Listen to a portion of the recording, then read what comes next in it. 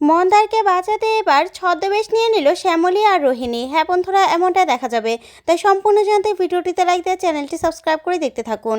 আগামী পর্বে দেখা যাবে শ্যামলী আর রোহিণীকে সেই মহিলাটা খুব সুন্দর করে সাজিয়ে দেয় আর বলতে থাকে, তোমাদের মনে আছে তো আমি কি বলেছি? তুমি হলে আমার মৌসি আর তুমি হলে আমার মৌসির মেয়ে, বুঝতে পেরেছো? কোনো ভুল যেন না হয়। তখনই শ্যামলী আর রোহিণী বলতে থাকে, হ্যাঁ হ্যাঁ, কোনো ভুল হবে না, সব কিছু ঠিক থাকবে, আপনি চিন্তা করবেন না। তখনই মহিলাটা বারবার করে শ্যামলী আর রোহিণীকে বলতে থাকে, তোমরা কিন্তু সাবধান, বুঝতে পেরেছো?